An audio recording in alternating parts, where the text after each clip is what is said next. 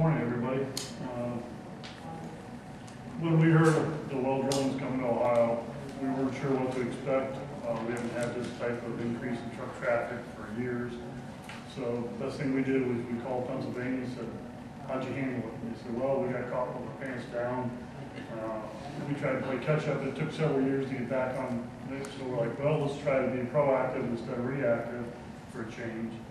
So Colonel Bourne and I met with the industry. We come up with a partnership. We'll try to be proactive. Our goal is to get a positive message out, get the education side out, instead of trying to come back to enforcement and regulatory side.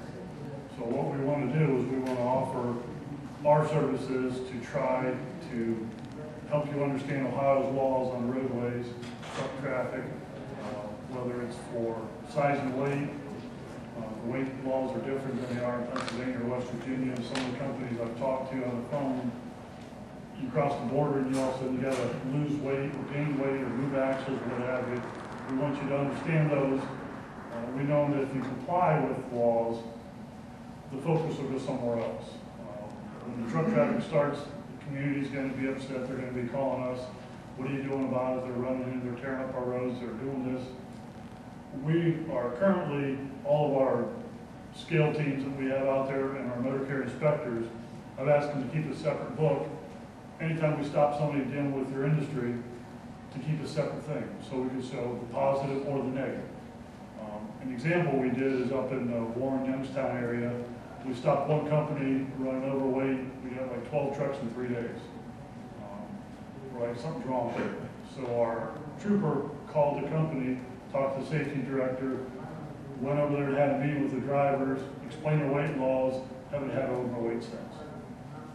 So part of that is we want to try to get that message out. We are available to explain the laws, we're available to explain the motor carrier laws.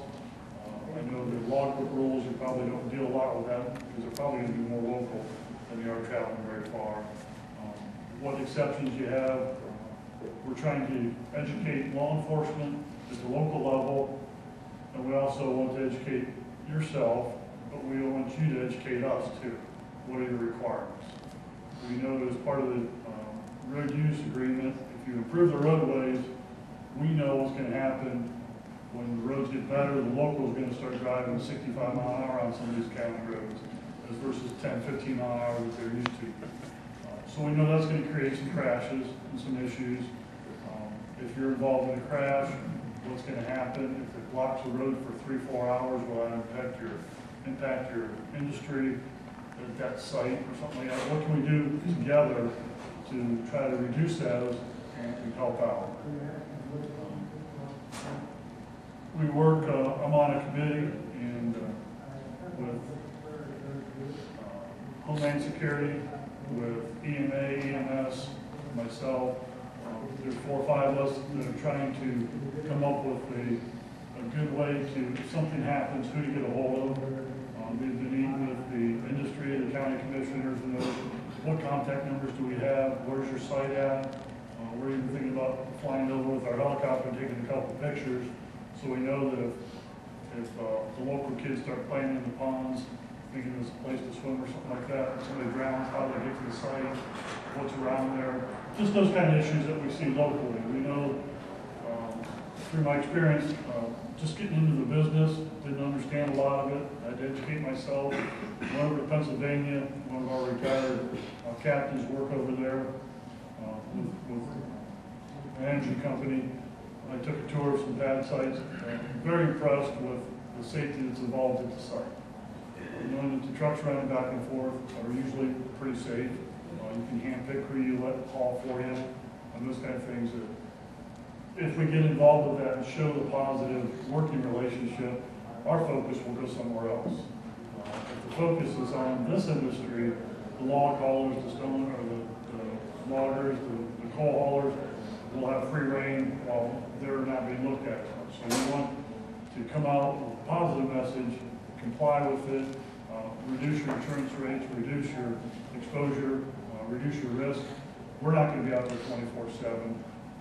We want you to comply, so if something does happen, and we do come out to investigate a crash or a critical incident, you're going to be above board, and when it opens up to risk. So part of our outreach is we have a truck driver's guidebook. It's online. We don't have the current one printed just yet. Backlog on that. But if you want, I've got business cards. It's on our line. You can print one out. If you have a need, we can come here to your group, talk to whether it's the drivers, the safety manager, yourself, whoever, and cover whatever topic you want. And we can tailor that to fit your needs. And we're trying to do that with local law enforcement too. I'm hopefully going to get somebody underneath me. I'm currently the only one in Ohio that's the liaison between us and you. We want to try to build that relationship so it's positive, and then the community will be positive about coming here, because everybody's like, oh, what's going to happen and all this. We want to be out front instead of behind the camera. Thank you.